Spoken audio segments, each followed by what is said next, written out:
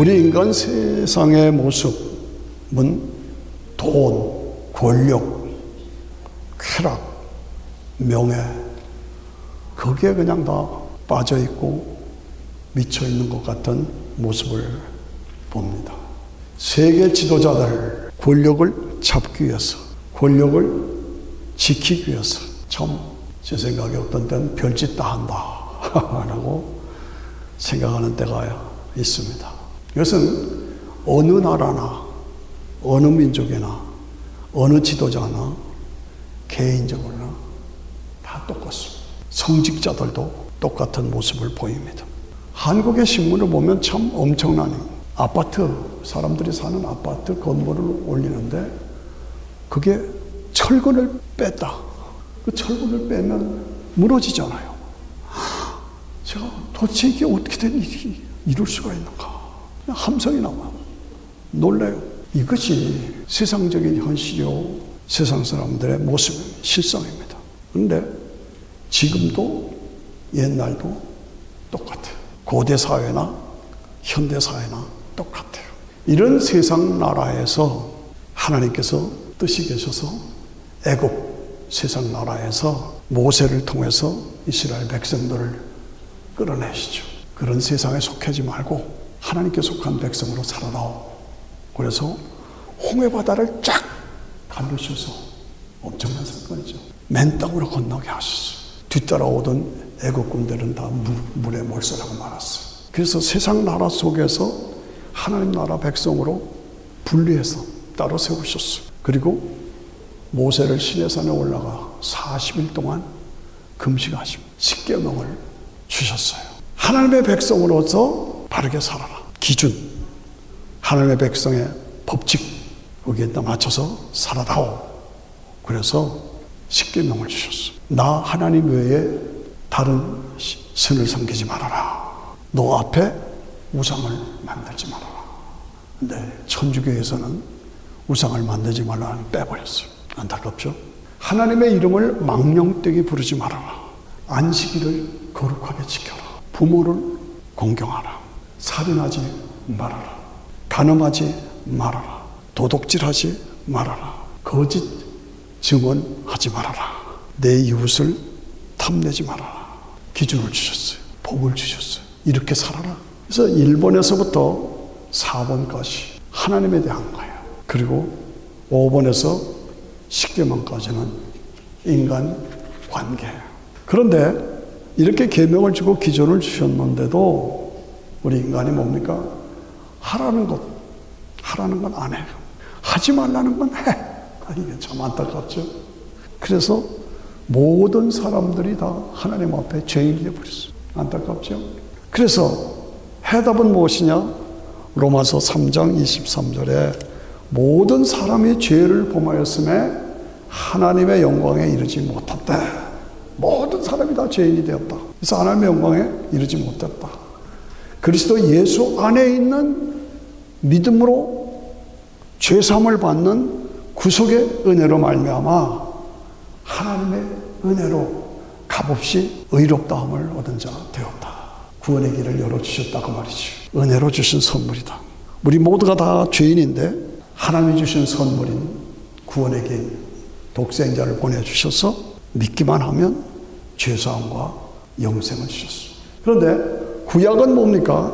구약은 십계명 중심입니다. 율법 중심입니다. 그 율법 중심에서는 제사가 중요한 거예요. 죄사함을 받는 길은 제사예요. 제사의 중심은 어린 양의 피예요. 양의 피. 그래서 피 흘림이 없은 즉 사함이 없다. 이것이 성경의 아주 기본 중심입니다. 구약은 율법, 십계명, 율법, 제사 중심이고 제물 중심이고 제물의 피, 그것이 해결의 방법이었어요. 근데 그건 완전한 게 아니야. 일시적인 거고 그냥 임시로 죄를 덮어두는 것뿐이에요. 그런데 신약에 와서는 뭡니까? 하나님이 독생자를 이 땅에 보내셔서 죄 없으신 그분이 저와 여러분 모두의, 우리 모두의 죄를 대신 짊어지고 십자가에서 피 흘려 죽어주셨다. 그래서 예수님이 돌아가시면서 마지막에 하신 말이 십자가에서 다 이루었다. 이게 굉장히 중요한 겁니다. 다 이루었다. 이게 무슨 말입니까? 인간의 죄값을 내가 대신 다 지불했다. 그 말입니다. 구약에서 율법에서 제사를 지냈는데 그 제사를 다 완성했다. 십자가 제사로 완성했다. 그 다음에 뭐야? 율법을 다 이루었다. 예언을 다 완성했다. 그래서 신약은 은혜, 구약은 행위. 십자가를 통해서 율법 시대가 복음 시대로, 행위 시대가 은혜의 시대로 바뀐 거죠. 그래서 복음은 믿음, 은혜, 의롭게 됨. 이것이. 그래서 우리가 다 부족하지만 예수님이 하나님의 독생자가 나의 죄 때문에 대신 피 흘려 죽으신 것을 내가 믿습니다 하는 순간, 그것이 내가 진정한 바른 믿음의 고백이라면, 그렇다면 그 믿음이면 죄인이 의인으로 바뀌는 거예요. 순간적으로 죄인이 의인으로 바뀌는 거예요. 내가 미국 시민으로 시민권 받을 때 시민으로 살겠습니다 하고 선서하는 순간 나는 한국 사람이 그대로 되어 있지만 내 신분은 한국 사람에서 미국 사람으로 바뀌는 거예요. 똑같아요. 예수님의 십자가가 나의 죄 때문에 흘리신 피인 것을 내가 믿습니다. 고백하는 순간 죄인이 의인으로, 마귀의 자녀에서 하나님의 자녀로, 지옥 갈 사람이 천국 갈 사람으로 바뀌는 거예요. 이것을 뭐라고 하냐? 위치상의 진리라고 그래요. 신앙용어로 위치상의 내 위치가 바뀌었다 이거예요. 그리고 법적인 선포예요. 그리고 순간적으로 일어나는 사건이에요. 그거 기억하셔야 됩니다. 그래서 내가 구원받았으면 그 다음부터 신앙생활은 뭡니까? 성화되는 삶이에요. 성화. 매일매일 새롭게 변화되고 이게 다 갑자기 이루어지질 않아. 내가 나를 봐도 그렇게 갑자기 이루어지질 않아. 그러니까 매일매일 조금씩 성화되고 성화됐어. 그래서 우리 인간에게는 기본적으로 죄성이 있어요. 저도 여러분도 죄성이 있어. 미안하지만 사실이잖아요. 죄성이 있고 탐욕이 있어. 이기심이 있어. 교만이 있어. 이게 타고난 성품이에요. 죄성이. 안타까워요. 그러니까 내가 가지고 있는 나의 죄성, 교만, 이기심, 탐욕, 이것과 매일매일 내가 싸우는 거예요. 싸우는 거예요. 이게 성화의 싸움은 매일매일 계속되는 싸움이에요. 그래서 조금씩 변화되고. 그래서 신앙생활은 내 자신과의 싸움이에요. 저도, 우리 모두가. 제가 주일학교 다닐 때 박 목사님이라고 참 제가 잊지 못하는 목사님이 설교를 너무 잘하셨어요. 제가 유로인데 한날은 이렇게 말씀하세요. 사람이면 사람이냐? 사람 노릇을 하려면 사람값을 해야 사람이지. 그 말이 확 들리는데, 이야, 멋있다. 사람이면 사람이냐? 사람 노릇을 하려면 사람값을 해야 사람이지. 사람아 8개로 해서 설교를 하시는데, 와, 저를 확 깨우쳐주는 그런 느낌을 받았어요. 그래서 지금도 그 목사님의 사람이면 사람이냐? 사람 노릇을 하면 사람값을 해야 사람. 지금도 들리는 것 같아요. 저는 대광고등학교 미션스쿨을 다녔습니다. 근데 거기에 교훈이 뭡니까? 경천애인. 하나님을 섬기고 사람을 사랑하라. 한경직 목사님 주신 교훈. 경천애인. 이게 뭡니까? 계명의 10계명의 기본적인 원리. 하나님 사랑, 이웃 사랑. 하나님 사랑, 사람 사랑. 이것이 우리 성도가 가지는 계명. 그러니까 우리가 점점 더 의롭게 돼서, 믿음으로 의롭게 돼서 성화, 거룩하게 된다. 이 말은 뭡니까? 삶의 모습이 바뀌어져서 내가 억지로가 아니라 자연스럽게 살다 보니까 10계명을 지키는 게 돼요. 억지로가 아니라 자별적으로 성령의 역사 속에서 계명에 합당한 삶을 살게 돼요. 이게 뭡니까? 우리의 삶의 기준. 내가 한 번 주어진 나의 인생을 내가 어떻게, 무엇을 위해서 살 것이냐. 기준이 딱 우리에게 들어왔어요. 삶의 원칙. 이 삶의 원칙이 없으면 인생 실패합니다. 인생 무너집니다. 저희 집에 화장실이 고장났어요. 가만히 들어보니까 물이 졸졸졸졸졸 새요. 그래서 물뚜껑을 열어보니까 물이 새는데 이걸 어떻게 고치나 생각을 했어요. 그냥 다 두드러 파괴하고 새고 사자니 너무 작업이 커져. 일이 커져요. 가만히 생각했어요. 물을 제공하는 게 있고 수평을 맞추는 게 있는데 이 원리를 생각하면서 요건 왜 있느냐? 이것은 왜 있느냐? 이 기능이 무엇이냐? 이 기능이 무엇이냐? 그것을 생각해가지고 이렇게 하면 되겠다. 그래서 딱 해보니까 딱 됐어요. 아무도 안 놀라시네. 인생에 사는 것도 마찬가지다 이거죠. 내가 무엇을 위해서 어떻게 살 것이냐.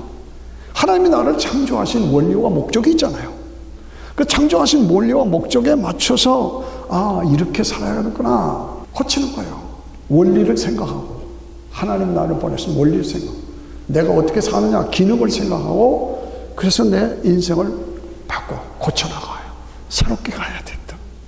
그것입니다. 저는 어머니가 어릴 때 매맞던 얘기를 하십니다. 그 초대교회 교인들 우리 한국의 초대교회 선조들이 무서웠어요. 주일날인데 우물가에 복숭아 나무가 있었대요.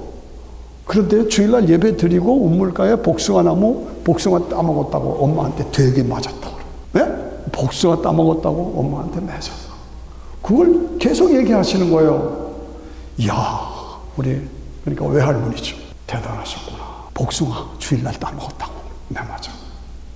그게 엄마한테, 그게 저한테까지 온 거예요. 우리 장모님, 우리 집사람의 어머니는 헌금을 그냥 주시지 않고 대림질로 태렸어. 대림질로 태려가지고 빳빳하게 해가지고 가서 헌금 드려라. 옛날 우리 어른들, 선조들은 그렇게 믿었어요. 그렇게 살았어요. 그렇게 신앙생활을 했어요. 그래서 우리의 삶이 기준이 있고 열매가 맺으면서 그래서 예수 잘 믿고 신앙생활 잘하면 열매가 있어야 한다. 성령의 9가지 열매, 사랑과 희락과 화평과 오래 참음과 자비와 양선과 충성과 온유와 마지막에 뭐예요? 절제예요. 절제. 사랑과 희락과 화평과 오래 참음과 자비와 양선과 충성과 온유와 마지막이 절제예요. 절제. 컨트롤. 절제해라니까. 그래서 이쪽으로 하는 아니다. 내 삶을 말씀 중심으로 살아야 한다. 신의 성품 베드로서에 보면 신의 성품에 믿음의 덕에 지식을 지식에 절제를 절제에 인내를 인내에 경건을 경건에 사랑에 우애에 사랑을 더해라. 그건 뭐예요? 중심에는 절제가 있는 거예요. 성령의 9가지 열매에는 마지막에 절제예요. 우리가 신앙생활하면서 성화되는 삶의 중심에는 절제가 있어요. 절제. 신의 성품의 절제. 그래서 우리가 우리의 삶을 내 마음대로 살아서는 안 됩니다. 하나님의 사람답게 절제하며 살아야 합니다. 그것이 우리의 목표입니다. 우리의 가정은 내가 내 자신을 변화시킬 수 있을까? 인생에서 가장 힘든 것이 나 자신과의 싸움이에요. 내가 제일 극복하기 어려운 것이 나 자신이에요. 그래서 에베레스트 산, 제일 높은 산이죠. 그것을 정복한 힐러리라는 분이 그렇게 얘기했어요. 내가 에베레스트 산을 올라갔는데 그것은 산과의 싸움이 아니라 내 자신과의 싸움이에요. 내 자신과의 싸움. 어느 쪽으로 갈 것이냐? 하나님 쪽으로 갈 것이냐? 세상 쪽으로 갈 것이냐? 예수님 따라갈 것이냐? 마귀 따라갈 것이냐? 내 자신이 어느 쪽을 따라가는? 내 삶의 내용이 어느 쪽으로 따라가는 것이냐? 내가 그리스도와 함께 십자가에 못 박혔나니 이제는 내가 산 것이 아니라 내 속에 그리스도께서 사신 것이다. 이제 내가 육체 가운데 사는 것은 나를 사랑하사 나를 위하여 자기 아들을 보내신 예수 그리스도를 믿는 믿음 안에서 사는 것이다. 믿음 안에서. 내가 그리스도와 함께 십자가에 못 박혔다. 나는 죽었다. 예수 그리스도 안에서 새 사람으로 살았다. 이게 삶의 원칙. 한국 신문에 보면 참 안타깝다 하는 게 많이 나와요. 미국도 다 세상이 다 그렇지만은 박근혜 대통령을 탄핵하는데 앞장섰던 검사, 박모 검사, 저는 그분이 대단하다고 생각을 했었어요. 대통령을 탄핵하는데. 그런데 요즘에 보면 자기는 뒤로 별짓을 다 했어. 이럴 수가 있는가? 대한민국의 대표적인 검사가 이럴 수가 있는가? 그래서 감옥에 들었어. 이건 아니지 않느냐 이거죠. 무슨 얘기입니까? 남은 탄핵시키고 자기는 뒤에서 별짓 다 해요. 이건 아니죠. 뭐예요? 자기 관리에 실패한 거예요. 여러분은 여러분대로 직분자로, 또 저는 저 앞에서 제가 성직자로 말씀을 전하면서 가장 중요한 것이 뭐냐? 내 관리야. 나 자신의 관리. 여러분은 여러분들대로 여러분의 관리를 잘해야 돼요. 겉에서는 위대한 한국의 최고 검사다. 그런데 뒤에 가서는 별짓 다 하고 있어. 이건 아니지 않냐. 이건 자기 관리에 실패한 거단 말이죠. 내가 목사로서, 성직을 가진 자로서 내 삶에 숨겨놓은 비밀, 거짓, 자기 관리 실패. 이건 안 되죠. 이건 안 되죠.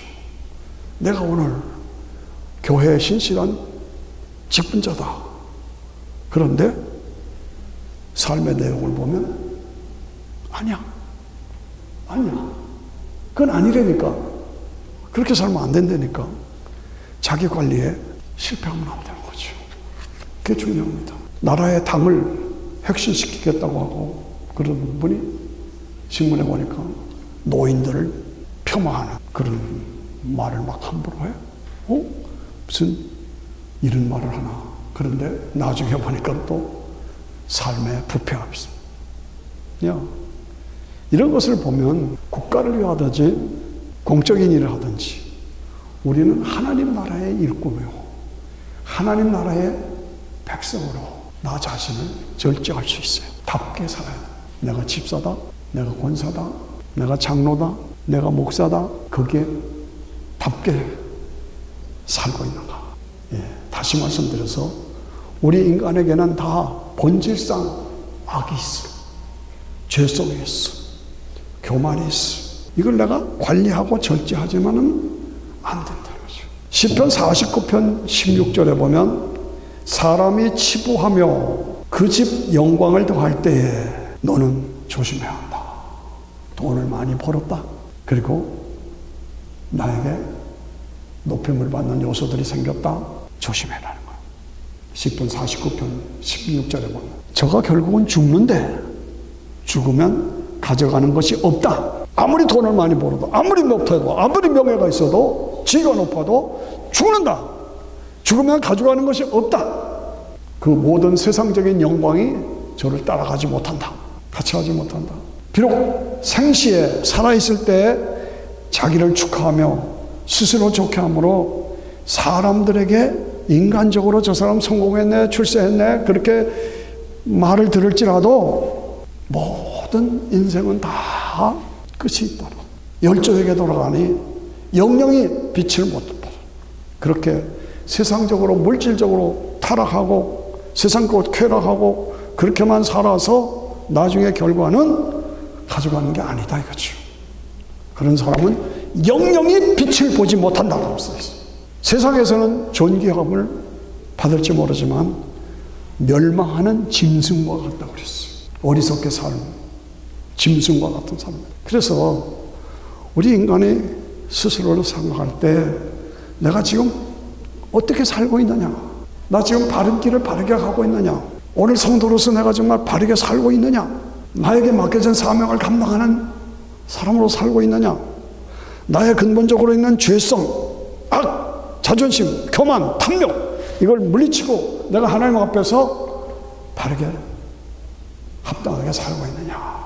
인생 문제의 해답은 복음뿐입니다. 복음. 복음은 뭡니까? 예수님의 십자가, 부활, 믿음, 은혜, 영생. 이것은 확실한 거예요. 분명한 겁니다. 확실하고 분명하고 완전한 거예요. 세상에는 이런 다른 답이 없어요. 대통령을 100명을 바꿔봐도 이 세상이 바르게 될 이유 전혀 없습니다. 가능성은 전혀 없습니다. 오직 예수님을 통해서 구원과 부활과 영원한 영생이 이게 대답이라고 말이죠. 고층 아파트, 사람들이 그냥 그 집을 살려고 그렇게 애를 썼는데 그 아파트에 철근을 철권이 바치고 있는데 그 철권을 빼먹었어. 이게 말이 돼요? 말이 안 되는 거죠. 그런데 우리가 교회를 다니면서 우리의 신앙을 받쳐주는 게 뭐예요? 신앙을 받쳐주는 철권이 뭐예요? 다른 거 없어요. 부활신앙. 기억하세요. 부활신앙이에요. 부활신앙이라는 건 우리를 영원한 영생으로 연결해 주는 게 부활신앙이에요. 부활은 사람들이 만든 얘기가 아니고 역사 속에서 일어났던 실제적인 사건이에요. 예수님이 십자가에서 죽고 부활하신 것은 역사적인 사건이다. 부활이 없다면 예수님이 없어요. 부활이 없다면 예수 믿을 필요가 없어요. 부활하셨기 때문에 예수님이 하나님의 독생자라는 것이 증명됐고, 부활하셨기 때문에 그 하나님의 독생자가 나의 죄, 여러분의 죄 때문에 죽었다는 것이 증명됐고, 부활하셨기 때문에 예수님은 신성과 인성을 함께 가지신 양성의 소유자라는 것이 증명됐고, 그 양성의 소유자가 십자가의 죽음으로 믿기만 하면 구원과 영원한 영생이 우리에게 주어졌다는 것을 우리에게 확인해 줬고, 부활하셨기 때문에 예수님 부활하신 것처럼 나도 부활한다. 나도 부활한다. 나도 부활한다. 이게 대답이에요. 그러므로 우리가 이 땅을 살아가면서 철저하게 이 신앙의 골격, 철근이 뭐냐? 다시 한번 강조해요. 저는 부활을 강조하는 사람입니다. 기독교 신앙은 부활입니다. 예. 그래서 아파트에 철근이 빠지면 무너지는 것처럼 우리 기독교 신앙에서 가장 중요한 것은 철근은 뭐냐? 부활신앙. 예수님 부활하신 것처럼 나도 부활한다. 이 확신을 가지고 오늘 본문의 말씀에 내가 복음을 전할지라도 부득불 내가 전해야 된다. 복음을 전해도 자랑할 것이 없으면 내가 어차피 복음을 위해서 증거하고 살아야 한다. 내가 다른 일을 하고 싸우며 믿음을 지키고 사명을 감당하는 것은 이 부활의 복음, 영원한 영생의 복음을 증거하기 위한 것이다. 내가 내 몸을 쳐서 복종시켜서 남에게는 복음을 전파해서 구원받게 하고 내가 복음을 버릴까 두렵다. 내가 도리어 버림이 될까 두렵다. 이게 뭡니까? 항상 여러분들 내가 지금 바른 것을 바르게 믿고 있는가? 바르게 살고 있는가? 하나님 보실 때 내가 지금 어떤 상태인가? 자기 관리에 충실해. 자기 관리에 충실해. 저는 저대로 목회자로서 내가 진짜를 진짜로 믿고 있느냐? 성직자로 목사로서 내가 진짜 사명을 바르게 감당하고 있느냐? 늘 고민했어. 교회를 개척하고 세워가면서 하면서도 늘 나 자신을 내가 고민해서 내가 10가지 나 자신의 십계명을 만들어 봤어요. 나 자신. 첫째가 영적인 소경이 되어서 주보 보세요. 주보 뒤에 보시면 영적인 소경이 되어서 소경을 인도하지 않겠다. 이게 제 목표예요. 영적인 소경이 뭡니까? 하나님의 세계, 영원한 세계, 영원한 천국, 성경의 세계. 이게 안 보여. 그게 안 보이고 보지 못하면서 목사한다. 이건 거짓이요. 그러니까 영적인 소경이 돼서 소경을 인도하지 않겠다. 두 번째, 내가 목사로서 거짓 일꾼이나 싹꾼이 되지 않겠다. 돈이나 받아먹고 교회를 통해서 명예나 누리고 이거 가짜 안 되겠다. 나 진짜 목사 되겠다. 복음의 거짓 일꾼이나 싹꾼이 되지 않겠다. 교인들은 열심히 믿으려고 하는데 목사가 앞에 떠가서 나도 안 가고 성도들도 못 오게 하는 그런 목사. 이게 장애물이야. 장애물. 앞서서 달려나가면 성도들이 따라오고 같이 신앙생활 해야 할 텐데 목사가 떠가서 가지고 자기도 안 가고 교인들 뜨겁게 믿으려고 하는데 가로막고 있다.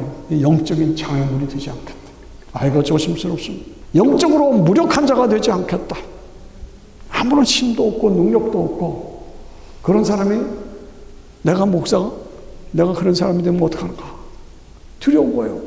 이 세상에서 목사님하고 대접받을 거 다 받고 칭찬받을 거 다 받고 영광 누릴 거 다 영광 누리고 하나님 나라 가서 받을 게 없어. 열성에서 다 받았기 때문에 그게 뭐예요? 공력이 부렷하지 않을까? 공력이 부렷할까? 두렵다. 내 자신이 내 자신에게 만든 계명입니다. 여러분들 한번 참고로 저 이런 설교 처음 합니다. 제가 수십 년 목회하면서 이런 설교 처음 합니다. 여러분들이니까 제가 제 비밀을 말씀드린 거예요. 내가 만든 나의 식병. 저하고 오래 있었던 우리 전도사님들 이거 처음 들을 거예요. 공력이 버릇하지 않겠다.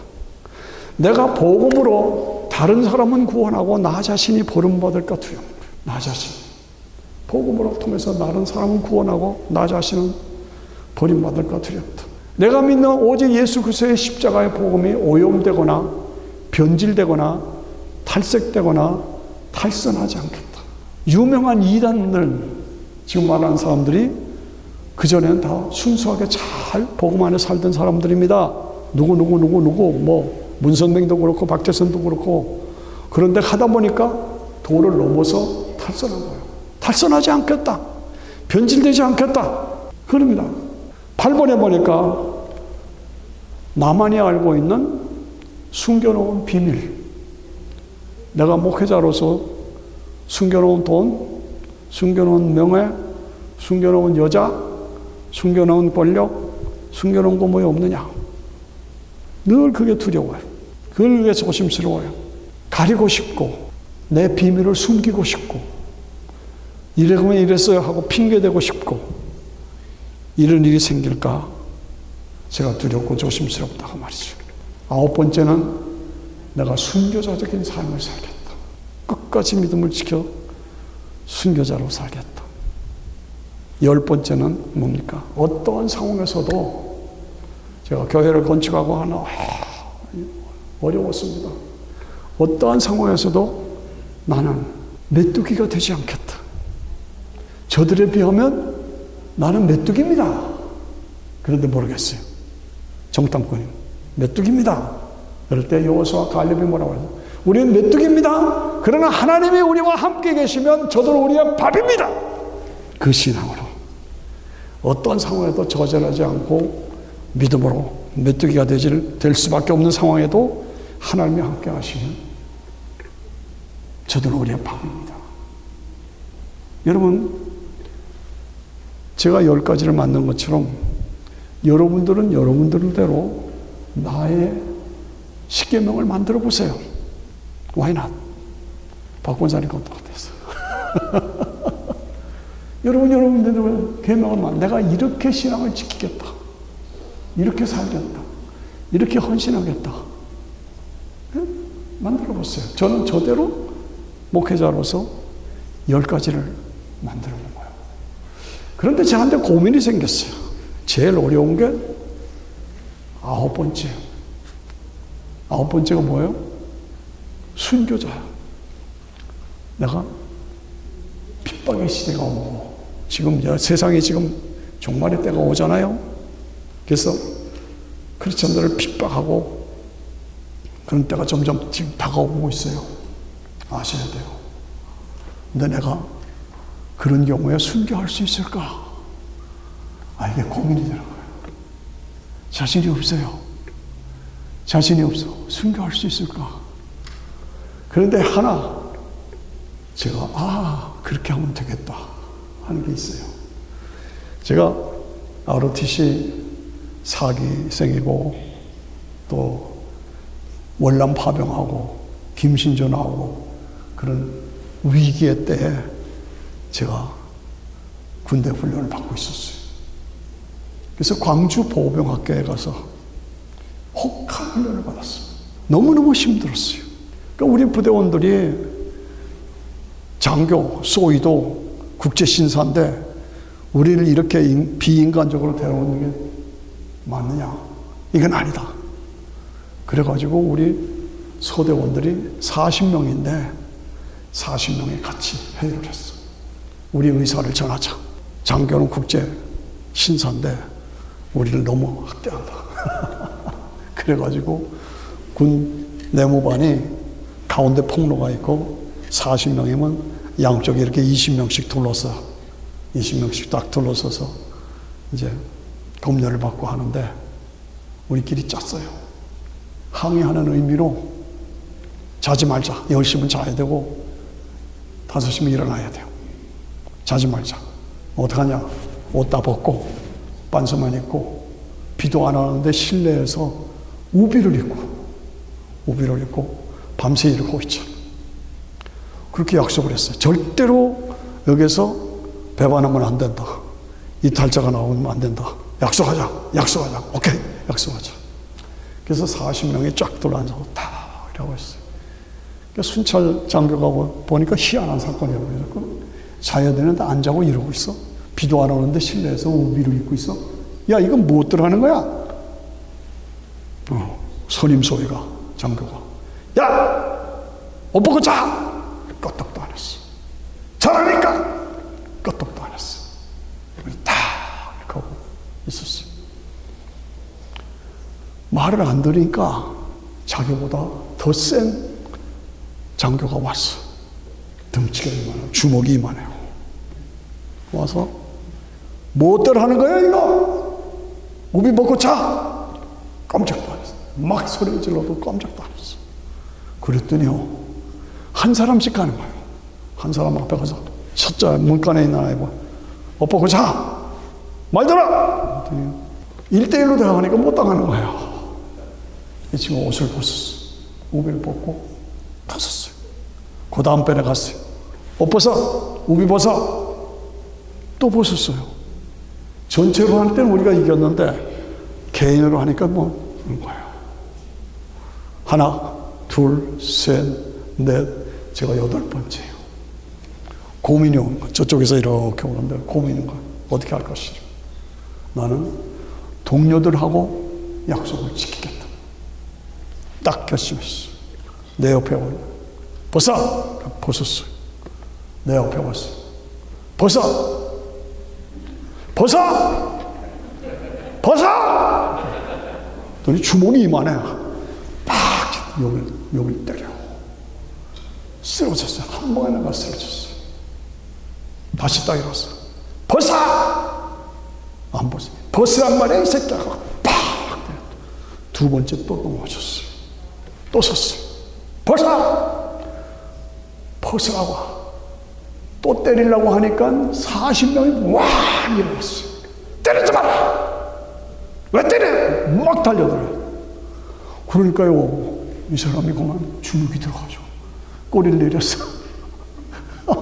그 당시에 광주에서 자카르타 권투대회에 가서 1등한 우리 동료가 있었는데, 걔가 광주의 영웅이었어요, 영웅.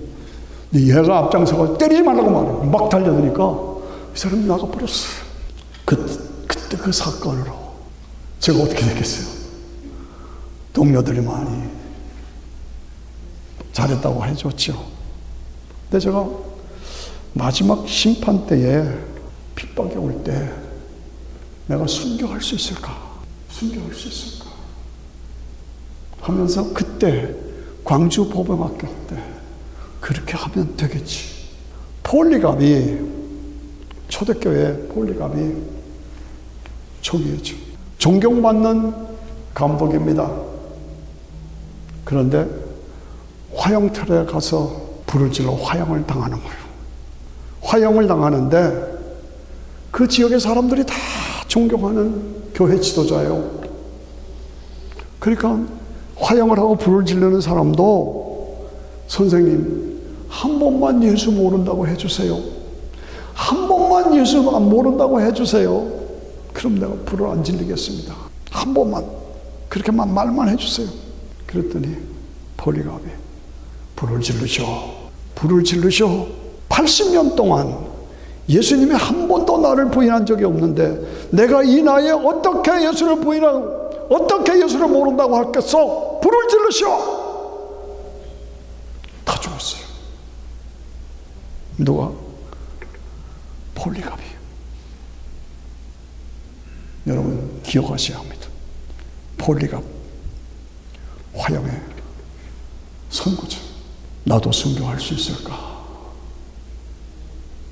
심각하게 생각하고 결단해야 합니다.